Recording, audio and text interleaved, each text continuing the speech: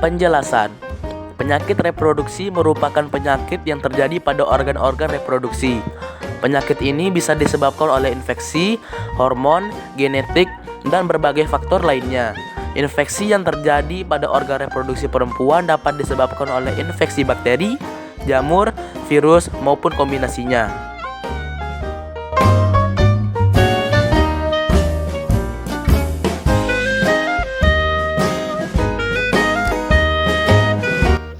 AIDS adalah stadium akhir dari infeksi HIV. Pada tahap ini, kemampuan tubuh untuk melawan infeksi sudah hilang sepenuhnya, terjadi melalui kontak dengan cairan tubuh penderita seperti darah, sperma, cairan vagina, cairan anus, serta ASI. Perlu diketahui, HIV tidak menular melalui udara, air, keringat, air mata, air liur, gigitan nyamuk, atau sentuhan fisik. HIV adalah penyakit seumur hidup. Dengan kata lain, virus HIV akan menetap di dalam tubuh penderita seumur hidupnya.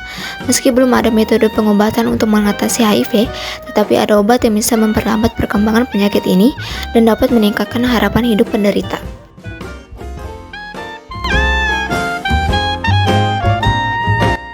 Berdasarkan data Kementerian Kesehatan RI tahun 2019, terdapat lebih dari 50.000 kasus infeksi HIV di Indonesia.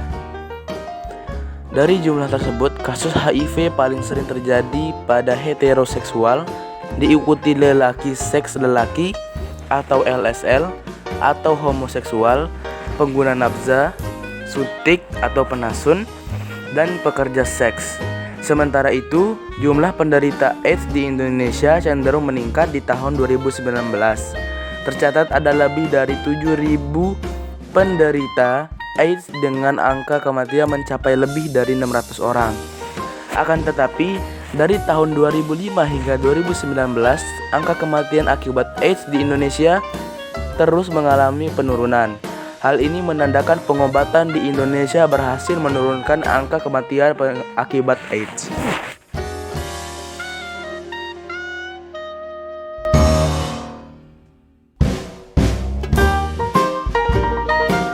Kencing nanah atau gonore adalah salah satu penyakit menular seksual. Penyakit ini dapat dialami oleh siapa saja, baik pria maupun wanita, meski umumnya dialami oleh pria. Gonore biasanya terjadi di bagian tubuh yang hangat dan lembab, seperti kelamin, anus, atau tenggorokan. Gonore disebabkan oleh infeksi bakteri yang menular melalui hubungan intim, termasuk seks oral dan seks anal. Seseorang lebih beresiko terkena gonore jika melakukan hubungan seksual yang tidak aman. Misalnya, sering berganti pasangan seks dan tidak menggunakan kondom. Gonore juga dapat terjadi pada bayi akibat tertular dari ibunya selama proses persalinan. Bayi yang terkena gonore dapat mengalami keluhan berupa mata kemerahan dan mengeluarkan nanah. Pengobatan dan pencegahan gonore. Pengobatan utama penyakit gonore adalah dengan pemberian antibiotik. Perlu diingat bahwa pasangan seksual penderita juga perlu diobati, karena kemungkinan besar juga menderita gonore. Seperti disebutkan di atas, penyakit ini menular melalui hubungan intim. Oleh sebab itu, cara mencegah penyakit ini adalah dengan melakukan hubungan seksual yang aman, seperti menggunakan kondom dan tidak bergonta-ganti pasangan seks.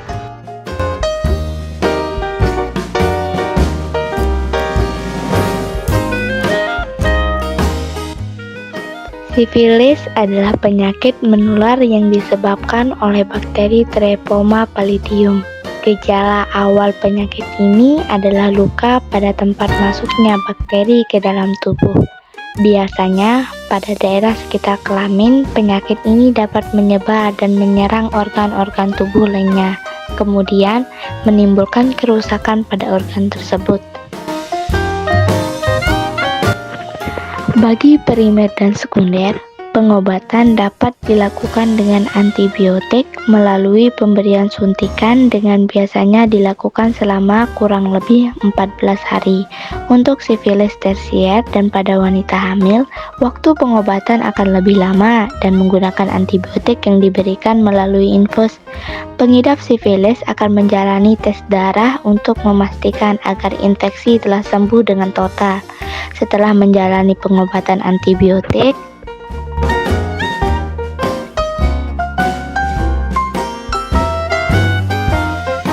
penyakit herpes simplex genitalis disebabkan oleh virus herpes simplex tipe 2 yang menyerang kulit di daerah genitalia luar, anus, dan vagina. Gejala penyakit ini berupa gatal-gatal, pedih, dan kemerahan pada kulit di daerah kelamin. Kemudian pada daerah tersebut timbul berupa lepuh kecil-kecil dan selanjutnya lepuh menjadi pecah dan menimbulkan luka. Penyakit herpes ini sangat susah untuk disembuhkan secara total karena sering kambuh setelah beberapa bulan atau tahun. Metode pengobatan herpes genital adalah dengan pemberian obat antivirus seperti aciclovir, valacyclovir, dan famciclovir. Selain itu, obat yang memiliki efek antivirus seperti mehistoprinol juga bisa digunakan dalam pengobatan herpes genital. Penting untuk diingat, obat harus dikonsumsi sampai habis meski sudah tidak merasakan gejala.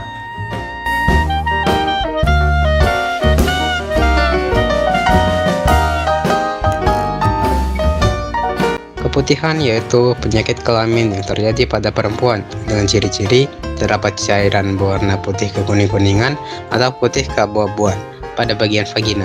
Cairan tersebut bersifat encer atau kental, berbau tidak sedap, dan dapat menyebabkan rasa gatal pada vagina. Penyakit ini dapat diakibatkan oleh infeksi, jamur, kadinda, alkibans, bakteri, virus, dan parasit. Penyakit ini dapat terjadi apabila kebersihan pada bagian vagina dan sekitarnya kurang dijaga dengan baik. Waspadai jika cairan keputihan mengalami perubahan warna, tekstur, dan bau. Kondisi ini dapat menjadi tanda keputihan yang berbahaya atau tidak normal, yang bisa disebabkan oleh infeksi atau kelainan organ reproduksi. Keputihan dengan ciri seperti itu dapat menjadi tanda penyakit kelamin wanita. Lakukanlah pemeriksaan ke dokter jika Anda mengalami keputihan dengan tanda dan gejala yang tidak normal seperti yang telah disebutkan sebelumnya. Terlebih jika gejala tidak kunjung membaik setelah menjalani perawatan mandiri di rumah.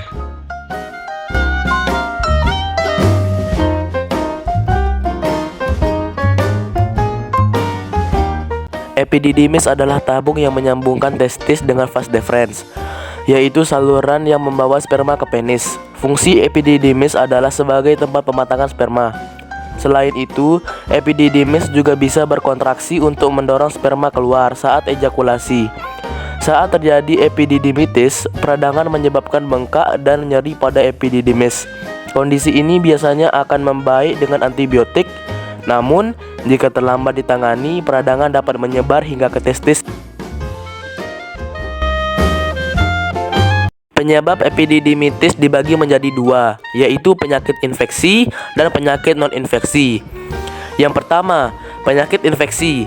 Jenis penyakit infeksi yang menyebabkan epididymitis antara lain infeksi menular seksual seperti chlamydia dan gonore, infeksi virus seperti virus gondongan, infeksi bakteri Escherichia coli, infeksi Cryptococcus, dan cytomegalovirus yang terjadi pada penderita dengan daya tahan tubuh lemah seperti pasien HIV atau AIDS.